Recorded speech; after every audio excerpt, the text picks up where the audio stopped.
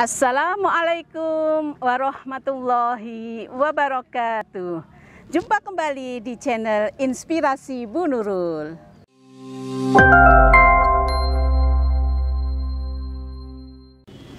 Ini adalah sebuah kisah tentang seorang ulama, seorang ahli ibadah, seorang yang sangat alim, yang bisa kita ambil pelajaran bahwa dalam hidup kita harus senantiasa berhati-hati. Nah, kisah ini diceritakan oleh Rasulullah Shallallahu Alaihi Wasallam. Ada seorang yang sangat alim, ahli ibadah, bernama Barseso. Nah, Barseso ini adalah seorang kiai yang memiliki murid yang sangat banyak. Dan semua murid-muridnya sangat alim dan sudah mempunyai karomah yang dikaruniakan Allah kepada mereka. Nah, kealiman daripada Barseso ini menggugah kepada keinginan setan untuk bisa menaklukkan, untuk bisa menundukkan, menggoda supaya keimanan dan ketaatannya kepada Allah bisa runtuh. Tetapi memang tidak mudah bagi setan untuk mengalahkan kealiman daripada Barseso. Maka kemudian para setan ini berunding menghadap kepada pimpinan mereka, yaitu iblis. Maka yang turun untuk menggoda kepada Barseso adalah ketuanya sendiri, yaitu si iblis. Nah, si iblis ini datang ke tempat Barseso dengan menyamar sebagai seorang santri. Dia mengikuti setiap kegiatan atau aktivitas apapun yang dilakukan oleh Barseso. Ketika si iblis ini berada di teras, nah, dia mengamati segala apapun yang dilakukan oleh Barseso. Sampai ketika Barseso sholat malam, si santri juga mengikuti sholat malam. Bahkan ketika Barseso ini sudah menyelesaikan sholatnya, tetapi si santri ini tetap meneruskan sholat malamnya. Kemudian ketika Barseso ini puasa Senin Kamis, si santri ini justru melebihi, yaitu dengan puasa Daud. Nah, apapun yang dilakukan oleh Barseso bisa dikalahkan amaliyahnya oleh si santri ini, sehingga sampai kemudian menarik keingintahuan daripada Barseso, siapakah si santri ini. Kemudian didekatilah si santri ini, santri gadungan. Nah, siapakah engkau? Nah, saya adalah hamba Allah. Nah, saya ingin beribadah mengikuti kepada engkau ya Barseso. Saya ingin menjadi seorang yang alim seperti engkau. Nah, tetapi ternyata apa? Ibadah daripada si santri ini justru melebihi, justru lebih khusyuk dan lebih banyak lagi yang bisa dilakukan oleh si santri ini dibandingkan dengan Barseso. Ketika Barseso menyelesaikan ibadahnya, Barseso masih tidur, tetapi santri ini tidak pernah tidur. Terus menerus seperti itu sampai berhari-hari. Nah, sampai akhirnya Barseso menginginkan apa? Keingintahuannya ini diungkapkan. Apa rahasianya sehingga engkau bisa beribadah dengan sedemikian khusyuknya, dengan sedemikian padatnya sehingga bisa mengalahkan ibadah saya? Padahal Barseso ini adalah seorang ahli ibadah yang bertahun-tahun juga sudah tekun ibadah dan tidak pernah bermaksiat sekalipun. Nah, tetapi melihat si santri yang bisa mengalahkan ini, Barseso ada ketidakpuasan. Dia ingin juga mengikuti seperti ibadahnya si santri ini. Nah, akhirnya kemudian si santri bilang kepada Barseso, kalau engkau ingin seperti saya ibadah dengan tanpa putus, kemudian ingin terus ibadah mengabdi kepada Allah, maka sesungguhnya aku beribadah bisa selezat ini, senikmat ini adalah karena dulu aku pernah melakukan suatu dosa. Aku pernah bermaksiat sehingga aku merasa sangat menyesal dan ingin bertobat, sehingga ketika aku beribadah kemudian aku ingin menyelesaikan ibadahku, aku masih merasa kurang dan kurang lagi.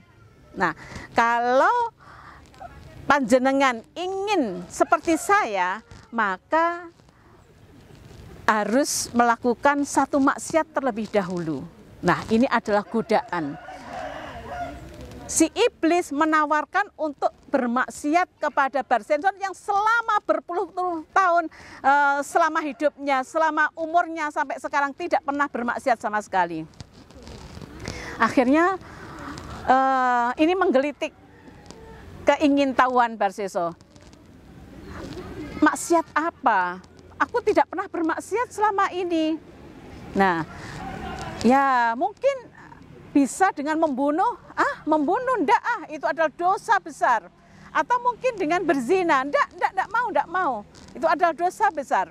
Nah, akhirnya, kalau begitu ini aja. Bisa dengan minum. Nah, kemudian setelah dipikir-pikir, oh iya ya, hanya sekedar minum. Kelihatannya hanya sekedar minum. Nah, ya udah, aku setuju.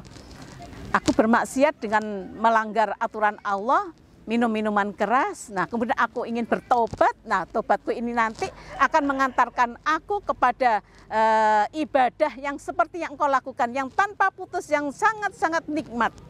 Nah, akhirnya disepakatilah mereka akhirnya mau bermaksiat, tetapi tidak di lokasi pesantren di tempatnya Barsenson, tetapi mereka pindah ke lain desa, yaitu di tetangga desa. Akhirnya tiba pada tetangga desa sebelah. Nah, mereka menemukan sebuah tempat, yaitu sebuah warung. Warung yang di situ menyediakan minuman keras. Dan yang menjual itu adalah seorang wanita cantik. Nah, akhirnya singkat cerita si Barsenson ini minum minuman keras ini dengan beberapa teguk. Nah, kelihatannya sepele hanya dengan minum, tapi ternyata dampaknya sangat luar biasa. Orang yang minum minuman keras ternyata akalnya sudah hilang separuh. Dia sudah tidak sadar sepenuhnya. Akhirnya karena dia sudah mulai mabuk, sudah mulai tidak ada kesadaran sepenuhnya, ternyata dia melakukan lagi dosa. Dosa apa? Yaitu dia menzinai kepada si pemilik warung, si wanita cantik tadi. Masya Allah. Astagfirullahaladzim.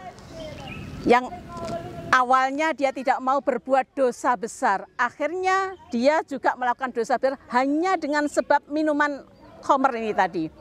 Setelah kemudian si wanita ini tadi dibunuh, maka gemparlah seluruh desa. Mereka ingin menghukum kepada si Barsenson tadi.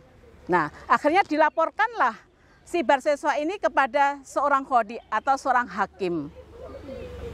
Nah, dari sini kemudian Barsenson akhirnya ditangkap, kemudian dia disalib, dia tidak bisa bergerak apa-apa. Nah, kemudian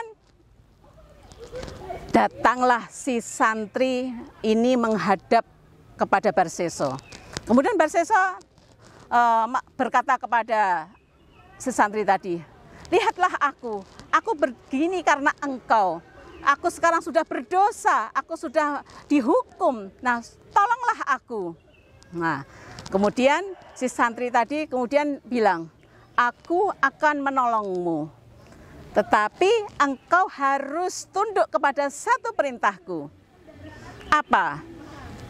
Kemudian si santri tadi kemudian menjawab lagi, engkau harus tunduk dan taat kepadaku. Barsenson kaget. Bagaimana mungkin aku akan tunduk menyembah kepada engkau sedangkan aku dalam keadaan disalib seperti ini?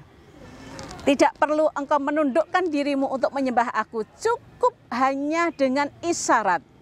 Engkau cukup dengan mengisyaratkan bahwa engkau tunduk kepada aku, itu sudah cukup. Akhirnya Barsenson setuju. Dia kemudian memberikan isyarat bahwa dia tunduk patuh kepada si iblis dengan isyarat mata. Ketika matanya tertunduk, dia manut, dia taat kepada perintah si iblis tadi. Pada saat itulah ruh Barseso diangkat. Dia akhirnya meninggal di tiang salib dalam keadaan taat kepada iblis. Na'udzubillah min dzalik, dia meninggal dalam keadaan su'ul khotimah. Cerita ini begitu sangat menyentuh luar biasa kepada diri kita.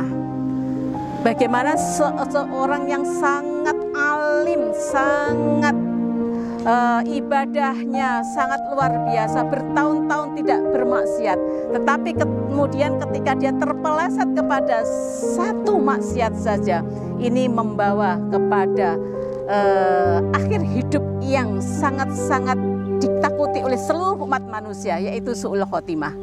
Nah, maka pelajaran yang bisa kita ambil adalah supaya kita terus istiqomah di jalan Allah dengan ketaatan kita, pegang iman kita, Islam kita sampai akhir hayat kita. Karena seseorang dinilai bukan dari awalnya, tetapi seseorang dinilai dari akhirnya. Innamal a'malu bihawatimi. Sesungguhnya amal itu dilihat pada akhirnya. Semoga keimanan kita, Islam kita, ketaatan kita senantiasa dijaga oleh Allah. Semoga kita bisa istiqomah sampai akhir hayat kita dan kita berpulang kembali kepada Allah dalam keadaan husnul khotimah. Wassalamualaikum warahmatullahi wabarakatuh.